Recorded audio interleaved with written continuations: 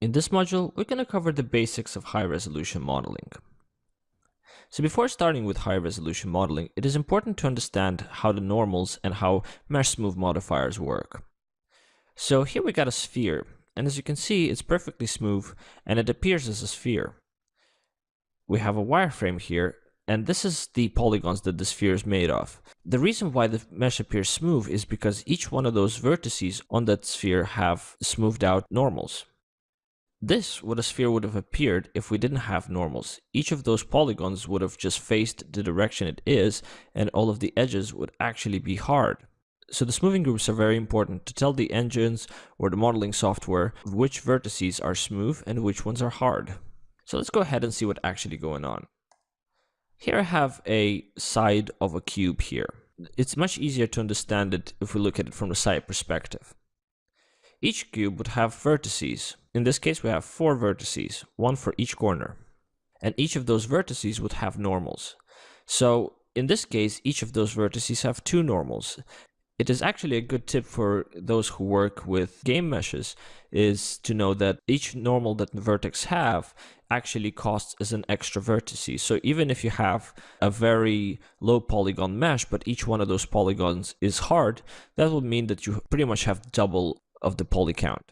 So what happens is when you use smoothing groups, you actually merge 2 normals into one. And in this case, because we had 2 90-degree normals, it turned into a 45-degree normal. So the engine will, or 3ds Max or any other application, will use something known as Bezier curves to determine the angle of the normal when it's merged.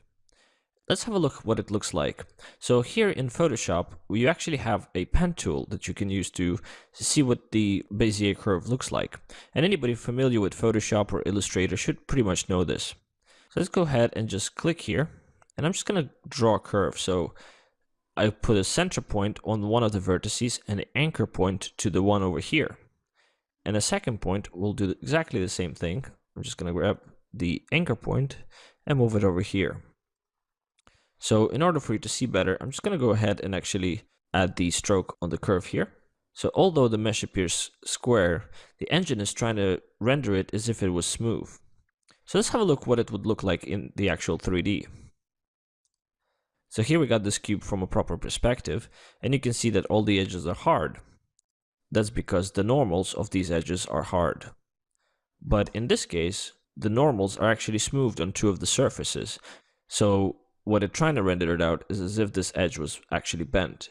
And that's very important to understand because when you have a mesh in a game engine, it is important to save a poly count and things like that. So you would use smoothing groups to create cylinders out of very low polygon meshes.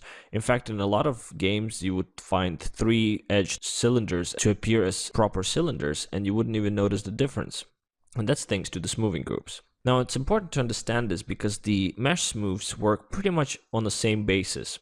So let's have a look what would happen if we used mesh smooth. So here we got that very same box, and this normal is still soft. And if we were to apply the mesh smooth modifier to it, what actually would happen is it would turn the mesh into that curve. But instead of just using the shading, it would actually convert the geometry, will add extra points to it to make the mesh appear smoother. And that is the foundation of hard surface modeling.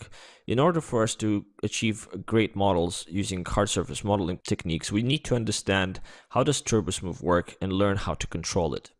And this is what this module is all about. Now, say for instance, we wanted to have a beveled edge. This is probably a little bit too much for a beveled edge. So let's go ahead and have a look. If we were to add extra edges right over here, what we would get when we smooth it is just a nice corner beveled edge. And this is very important to understand when using mesh smooth modifiers. If we will learn how to control the smooth modifier, we will be able to achieve very rounded edges on all of their models. So this is it for this clip. In the next clip, let's go ahead into 3ds Max and use those techniques on the actual 3D meshes.